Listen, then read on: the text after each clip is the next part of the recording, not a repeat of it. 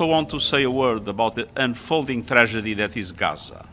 Unbelievably, civilians are facing yet another deadly escalation. Israel's initial steps to militarily take over Gaza City signals a new and dangerous phase. That's the voice of the UN Secretary-General, Antonio Guterres, speaking a few days ago in New York, condemning Israel's new military campaign to capture the rest of Gaza, sounding the alarm also about the humanitarian situation facing Palestinians there, and other rebukes of the government's plan to expand settlements in the West Bank. We'll likely begin to hear a lot more statements like it starting this week as the United Nations opens its 80th General Assembly. As part of this, France and Saudi Arabia will convene a summit of international leaders about the two-state solution, at which time many countries, including Canada, will formally recognize the state of Palestine. For over 30 years, the NGO called UN Watch has been keeping tabs on the UN's work, mostly about its perceived anti-Israel biases and policies, but also trying to ensure the UN lives up to its founding principles, created in 1945 from the ashes of the Second World War to be a world parliament supporting human rights. The UN Watch team has been pumping out research reports and testifying before lawmakers in Washington and Ottawa and around the world, and not just about Israel, about all sorts of human rights violating regimes. But its particular focus has been an effort to unmask the UN's Relief and Work Agency for Palestine, UNRWA, where Canada gives about $25 million to the agency every year. UN Watch and Israel alleged thousands of UNRWA workers are tied to Hamas. The UN fired at least 9 staffers last year after an investigation found they may have been involved with the October 7th attack. UN Watch has also been investigating high-profile UN officials, most recently going after Francesca Albanese, the UN Special Rapporteur on the Palestinian territories. Canadian lawyer Hillel Neuer is the UN Watch executive director, based in Geneva. And now, just before the UN session starts, he's announced he'll have another high-profile Canadian Jewish human rights advocate to join his team, former Conservative Senator Linda Frum. She knows she's coming on board for that role at a historic time, as Canada takes a much harder line against Israel in its Middle East policy, both at home and in UN votes. And it's dangerous not because it's going to have any impact on the Middle East, but as every Canadian Jew knows in their bones, this is going to be dangerous for Canadian Jews.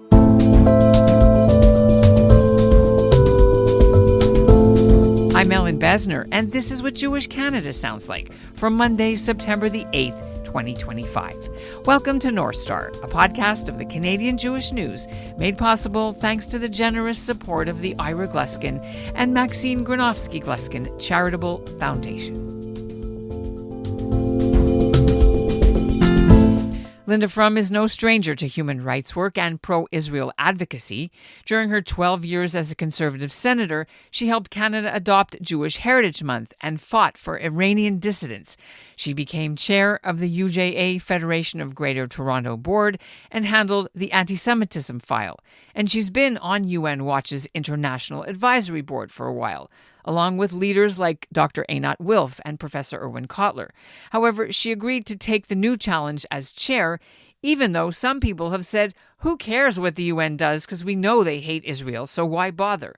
But she says they have to chip away at the current global demonization of Israel since October 7th, which she says is resulting in stabbings and beatings of Canadian Jews here at home. It's a 3-year commitment, one she's starting just as the high-stakes UN General Assembly meetings begin. She joins us now along with Hillel Neuer. Thanks, Alan. Thank you. Well, it's good to have you. First of all, congratulations on the announcement. Why did you decide that this was your next challenge? Well, I have to say it came as a surprise. I got this wonderful letter from Hillel telling me that the executive committee of the board had nominated me for this role, which I wasn't aware that I was even being considered, and I was extremely flattered and delighted. And it was very clear to me upon receiving this letter that it was an opportunity that I had to accept. And the reason for that is because I can explain it best by just explaining my immense respect and appreciation for Hillel and for the organization that he has built. I have an association with UN Watch that goes back a long time. And when I was first appointed to the Senate in 2009, shortly after that, I attended a UN Watch human rights conference. And Hillel organizes these conferences, usually sort of adjacent to the real UN proceedings. I was attending a UN proceeding as an observer, as a Canadian senator, but I found that the proceedings that were happening at Hillel's conference were so much more substantive and truthful and real and impactful than anything that was happening at the ridiculous, fake, phony UN proceedings. So I was really inspired by what I saw there, so much so that I then, because of that, and because of what I heard and the people I met, I made the fight for human rights in Iran one of my leading choice of focus in the Senate. And I really credit Hillel's work and UN Watch for educating me and giving me that focus. So that goes back to 2010. And now, when offered this position and the opportunity to work with someone I consider to be one of the great leaders of the Jewish world, and an organization that I think is the preeminent human rights organization in the world, you don't say no to something like that. For Canadians, this is one of the most crucial voting periods, change periods when it comes to the Jewish state since maybe even 1948 and then Durban. So you're coming at the cusp of a very, very important time. And Hillel, what do you think Ms. Frum brings to your organization that could help you now as we wait for the opening of the 80th anniversary, UN General Assembly? Look, our board is thrilled and honored and delighted that Linda accepted to chair our organization in this very challenging time and an important time for UN Watch, because many people around the world look to us to be a voice of sanity, of decency, in a time when the world seems to have gone mad. And as someone who is tremendously respected for her moral clarity and courage in speaking up on human rights against anti-Semitism, and it's needed now more than ever. As you said, we're coming up to this moment. The General Assembly officially starts on this week, but it really picks up in 2 weeks' time. On September 22nd is meant to be this two-state summit led by France and Saudi Arabia, and then the day later begins the high-level speeches. President Trump and heads of state from around the world, including Netanyahu, will be there. So there'll be a lot of action then. And how it will translate on the ground, that's a separate question. Are you going to be going to the UN in New York as well, to be there on both of you on the ground? Ourselves, we have major impact at a session that's happening where we can actually speak and take the floor. UN Watch is one of the ways it's best known around the world by millions is by our speeches at the Human Rights Council, which is here in Geneva. This past year, we had Rawan Osman, the Syrian Lebanese activist, who comes from a Muslim family and has become extremely active on exposing crimes of Hamas and Hezbollah. And we had Louay Ahmed, a Yemenite journalist, whose speech has been seen, I think, nearly 10 million times already just on Instagram alone. So the Human Rights Council, one cannot do that at the General Assembly. I cannot speak at the General Assembly. So as an NGO, we can have terrific impact actually here. Of course, it's Rosh Hashanah on the 23rd. Right. Yeah. So that's an interesting time. The Erev Rosh Hashanah is Monday the 22nd. That's when the two-state summit will be. And then President Trump will be speaking on Tuesday the 23rd, and the other heads of state. Those are the first 2 days of Rosh Hashanah. Netanyahu will probably speak towards the end of the week, maybe Thursday, Friday.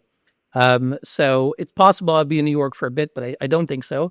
But we will have a major presence, in the UN system.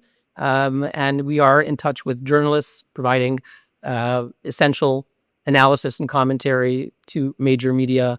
Tomorrow I'll be on Fox News with Maria Bartiromo. I've been in touch with major news agencies. So we'll make sure that our voice gets heard. So let's dig into it. You're talking about a very important international policies with vis-a-vis Israel. Canada is going to recognize, or says it's going to recognize, the state of Palestine later on in the month, probably, as you said, when Mark Carney speaks at the high level. First of all, is that going to be moved, do you think, to Geneva? Because I know that the United States has just vetoed visas for the Palestinian Authority. And some people online are saying, well, they're going to move it to Geneva so that they can get around this find the loophole so the Palestinian Authority can come. The bottom line is it's not happening. All indications are that the world leaders will gather in New York, and that's where they want to hold it. Yes, there are those who want to hit back at America and to sort of thumb their nose at America and say, okay, you won't let Mahmoud Abbas and his delegation from Ramallah to enter America. You want to force us to put him on video screen. Well, we're going to hit back at you and we'll just invite them to Geneva. No indication that's happening. I think it would undermine the goal of Macron and the others, which is really to be at the main show in New York. Canada's going to recognize Palestine. Why is Canada doing this? I'll just say I did see an interview. It's a couple of days old, maybe, on CBC with Ambassador Bob Ray. Yeah, it was very disappointing.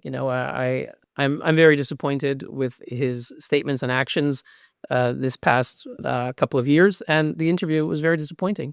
Not just about contemporary things, but about history. Ambassador Bob Ray says, in 1947 there was a vote for two states, but only one state emerged, and now we got to, well, he missed out a small part that the Jews embraced the two-state solution. They danced in the streets of Tel Aviv and Jerusalem in honor of the two-state proposal, and the Arabs went to war. And actually, the Secretary General of the UN at the time wrote in his diary that the Arab states are making war against the UN because it was a UN partition plan. And he didn't mention that we could be celebrating 75 years plus of a Palestinian state were it not for the Arab states themselves. The Arab states, Jordan occupied what was then the West Bank, Judea and Samaria, and Egypt occupied Gaza. They never offered a Palestinian state. No one in the world ever demanded a Palestinian state at that time. And it was Palestinian and Arab intransigence. Their goal was to drive Israel to the sea. They never really cared about some Palestinian Arab state. We could have had that. He doesn't mention any of that. And he doesn't mention the intransigence that's there today, that Mahmoud Abbas is a Holocaust denier. He's been condemned by numerous states for making numerous statements saying that, Hitler had a reason and the anti-Semitism over history had a reason. The Jews had it coming. This is an authority, a Palestinian authority that continues to pay terrorists. So that's ongoing, and Bob Ray ignores all of that in kind of a fantasy that Abbas is some kind of a peace partner when the opposite is true. Linda, why would Canada push ahead with this, and what are you going to try to do? Well, I think, like so many members of the Canadian Jewish community, we're all having conversations trying to understand if the motivations for this are political conviction or just pure political cynicism, pandering to a voting bloc in Canada that is getting bigger and bigger. And I think, unfortunately, it might be both, which is really hard to deal with. I think it's primarily cynicism because, on someone as sophisticated as Ambassador Ray or the Prime Minister, they understand that in so many ways this is an empty gesture. Canada can recognize a Palestinian state, as many other countries have done. It's not what's going to make it happen, and they know that. And, those who accuse the Prime Minister of rewarding Hamas for October 7th, they are right. That is what's happening here. It's heartbreaking, it's painful, it's disgusting. Is there anything that the Canadian Jewish community or the Canadian moral community, because I don't even know that this is popular with the majority of Canadians. This is really about, to me, a lot of cynical political math, but it appears that they're going to do it, even though when the Prime Minister made the announcement, it was predicated on all kinds of conditions that will never be met, and yet we presume it remains to be seen, but we presume that they're going to go ahead with this, very dangerous promise. They are just raising the temperature on the divisions that exist in this country, and they're putting a target on the back of every Jewish Canadian citizen by allowing all the blood libels, the genocide libels, the famine libels, all of those things. They are giving credibility to those charges, and people here in Canada, the Jews here in Canada, are going to be the victims of those libels. And so I'm very upset about it. When you ask what can we do about it, I think that one of the reasons why UN Watch exists and one of the reasons why Hillel works as hard as he does is just to try and tell the truth and penetrate the lies and try and promote the truth-telling that needs to happen. Ever since October 7th, 2023, Muslim and Jewish communities in Canada have been torn apart. I've known you for 20 years. You've been at my house for Shabbat supper, I don't know how many times. And for 1 second, you can't put down your friend and just hold my hand? We're fed a constant stream of Jews and Muslims talking at each other, about each other, but rarely do we hear them talking to each other. There was, why are you doing this? What's the benefit of doing this? This podcast aims to do something different. I'm Avi Feingold, a rabbi and a writer with the Canadian Jewish News. I'm Yafa Sakeja, a Canadian-Palestinian entrepreneur and volunteer with the Canadian Friends of Standing Together. We're sitting down with Jews and Muslims, Israelis and Palestinians, from coast to coast and across the political divide, having difficult conversations in good faith. We are not the Israeli government. Palestinians are not Hamas. This is the place where we're both supposed to end up, Israeli and Palestinian, Arab and Jewish. Subscribe to In Good Faith, wherever you listen to podcasts. Why bother even engaging with the UN? Because so many people say they hate Israel. They've always hated Israel. Now it's ramped up to like 900 times worse. I'll answer something, I'll let Hillel answer, because I've always asked him this question too, because I think it's a very logical question to ask. But what I have been convinced by Hillel is that whether we like it or not, they're there and they're spreading their lies and their propaganda. And even just most recent thing with the this International Association of Genocide Scholars, right, that are using UN data, quote unquote data, to perpetuate their lies, and it becomes this sort of vicious cycle of propaganda that is endorsed by the UN. And the fact that most Canadians, I bet, if you ask them, I don't know this, but Hill, you probably know, if you ask most Canadians, do they have faith or respect for the UN, they're going to say yes. And so we can't ignore that. That's just an ugly fact we have to deal with. As Linda said, when the Pew Global Survey has asked major Western democracies, United States, France, Germany, UK, I believe also Canada, what is their opinion of the UN, and those who affirm support and attribute credibility and authority and legitimacy to the UN, it ranges from 50 to 70%. Last time I was living in Canada, there was the back of the $10 bill was a UN peacekeeper, was a Canadian soldier. Whether we like it or not, the UN, its decisions are translated in every language. They have influence. They shape the hearts and minds of hundreds of millions around the world, and we see it. We've seen it quite blatantly in the past 2 years when the various blood libels have been spread, whether it's genocide, apartheid, or famine, and so forth. It's typically some UN agency that comes out with a declaration. And really, there's an ecosystem. To understand, how a Jewish Canadian finds oneself having their synagogue firebombed, or a Jewish father being attacked in a park in Montreal while his kids are watching by some anti-Semitic attacker, there is an ecosystem. And Hamas puts out a lie. That Israel's committing genocide, that Israel's starving people, puts out false data. Important thing to remember is the UN doesn't really have any, there's no international person on the ground. There's no international expert on the ground. The UNRWA has 13,000 staff. 99% of them are Palestinians. And many of the leaders are Hamas terrorists. And we have a report coming out uncovering a lot of that's coming out soon. So these are Hamas-generated lies. And if it would just end there, it wouldn't go very far. But then the UN, a UN agency, whether it's UNRWA, whether it's OCHA, whether it's UN Rapporteur Francesca Albanese, a variety of UN officials, this guy Tom Fletcher. I was about to say, yeah. Syrian relief chief, with a very fake, dramatic. They said 14,000 babies were going to starve within the next 48 hours or something. At least 48 hours, a total lie. And those lies then get quoted by major media. In Canada, it will be the CBC, it'll be the Globe and Mail, it'll be Canadian Press, and then it's on the headlines everywhere, and then it's in social media feeds, and it penetrates through all of Canadian society. UN said Israel's committing genocide. UN said Israel's starving Palestinians. UN said, and that gives it global authority. Everyone says, the UN said. The UN said, and if you ask someone, do you know who that UN body is? Do you know that UN official has been condemned by Canada for Holocaust inversion and anti-Semitism? France and Germany have condemned this lady also, Francesca Albanese. People don't want to hear it. The UN said.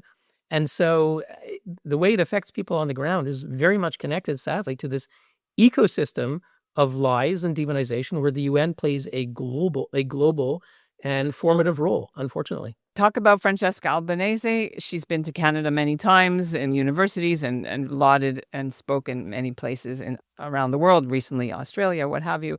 You've been one of her harshest critics, I think, her nightmare. What impact, if any, has that had, besides that the Americans sanctioned her so she can't travel there? Well, just to remind folks who she is, she's an Italian, a radical activist, a radical left, who for a decade, if not more, her specialty has been to invert the Holocaust and to basically compare Israelis to Nazis. That is her specialty. She's accusing Israel, America, of enabling Israel to commit horrible crimes. The moral force that people have of never again, she says, all that needs to be used against the Jews of today, the Jewish state and those Jews who support it around the world. So that's Francesca Albanese. She was appointed to the UN a little over 3 years ago to be a rapporteur, which means an investigator on the Palestinian territories. And she is a shameless propagandist for Hamas. Whatever Hamas puts out goes on her Twitter feed. She doesn't check. She doesn't verify.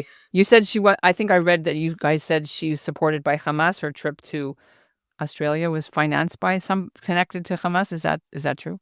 She decided to fly to Australia and to New Zealand, which has no connection at all with her mandate, even her biased mandate. What did she do in Australia and New Zealand? She spoke for a variety of anti-Israel, pro-Hamas Palestinian groups, and she was lobbying to divest from Israel. She went in New Zealand, met the leading pension fund, and we have the protocols, we have the minutes where she said, you must divest from Israel. That's not her mandate.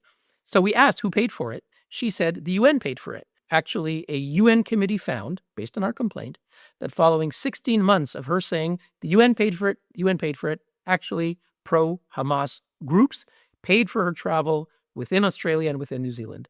One of the groups, the Australian Friends of Palestine, praised Yahya Sinwar for his moving will and testament. So a group that is openly pro-Yahya Sinwar, the mastermind of the October 7th massacre, was funding Francesca Albanese. Linda, you're shaking your head. It's like they're electing in October the Iranians to the UN human rights body. That's been something that's been on your radar for many, many years.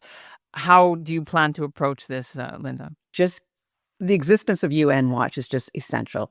Just by exposing these things and talking about it and taking off this, it has this patina, respectability and legitimacy, the UN, which it doesn't deserve. It's there. We had to chip away at it. It just as they are constantly trying to chip away at the legitimacy of Israel, we have to challenge the legitimacy of the organization itself. And we are doing that. Hill does. I mean, his social media presence is enormous. His reach is great. But I guess if the question is to me as the new chair, we want the reach to be greater. We want to amplify his voice even more. We want more people to know about his work and the work of the organization. That's my job. His job is to call out the lies, and to expose the hypocrisy, and to testify where he can. And to speak out where he can. And then it's the job of me and the board of supporters, and to anybody listening to this podcast who wants to become a supporter, to spread the word about the truth. How can the UN derail or cancel the Iranian being appointed? Is there a mechanism that's been done before that's worked in other situations? What would that look like? It can be stopped. And it's sad that we're the first ones to talk about this. I wish Ambassador Bob Rae would be the first to talk about it and tell us what Canada is doing to lead a coalition to stop this. We have a precedent. A little over a decade ago, I think it was 2011, when the Assad regime was ramping up full massacre of their own people, killing tens of thousands of people with barrel bombs of their own population. At that time, the Assad regime was put forward also as a candidate to be on the Human Rights Council. We exposed that, and in this case, it was so shameful, and because Europe was engaged on this issue, and it was so shameful that the Europeans went to the Asian group, because there's 5 regional groups. Iran is in what's called the Asian group, which is a very large group. It includes most of the Middle East, though it excludes Israel for political and unjustifiable reasons. And they came up with a solution, which is they announced that Syria has decided to trade places with Kuwait. It's entirely technical reasons, and Syria will come back another time. They solved it. Same thing today. If enough countries cared, they could go to the Asian group and say, this is unacceptable. You have to give us another candidate. Could be Japan, could be South Korea. There are many other countries in Asia which may not be perfect, but they're a million times better than the Islamic regime. So if Canada and its Western allies cared, they could talk about this, denounce it, and do something. And we're calling on them to do something because it will be a tremendous kick in the stomach for any Iranian political prisoner and Iranians in Iran and around the world to see this regime once again legitimized at a UN human rights body. You have a report coming out, another one of your UNRWA reports to unmask the truth about who gets funded and what they do. Would you like to just give us a little preview of what this one's going to be? It's 200 pages. A lot of it is screenshots. The report exposes how the UNRWA education system, its schools, school principals, teachers, union chiefs are infested with Hamas at very high levels, focusing in particular on Hamas in Lebanon, embracing Hamas, photos of them with Hamas people. So the idea that UNRWA has, we didn't know, and we didn't know anything about it, is a lie. Everyone knew. And UNRWA is being touted as the reason why they won't cooperate with the Gaza Humanitarian Foundation, which has delivered tens of millions of meals as we speak. But the UN line has got to be only UNRWA, only UNRWA. Well, who is UNRWA? And our report should be out in 2 weeks. We'll remind the world in greater detail than ever before who is UNRWA. All right. Just want to ask, because the Canadian connection is so strong, the two of you have, well, you are Canadian, both of you. What plans do you have to come to Canada, raise the profile here in our country, lobby politicians? I know you come off in Hillel, but most of the support for the organization comes from the US and Europe. Canada has been a smaller player. And so, yes, as a Canadian chair, it's as a point of pride. It's important to me that we have a stronger presence for UN Watch here in Canada. And also at this moment, weirdly, without getting into too many politics, I mean, the politics in Canada are much more troublesome in many ways vis-a-vis the UN than many other countries around the world. And so I think as important as this organization has always been, at this moment, as you alluded to earlier, it's really extra intense.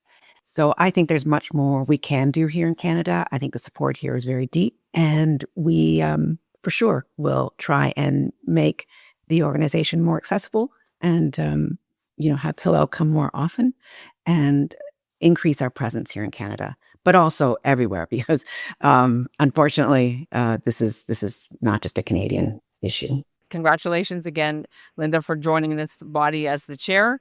Always good to speak to both of you. Thank you so much.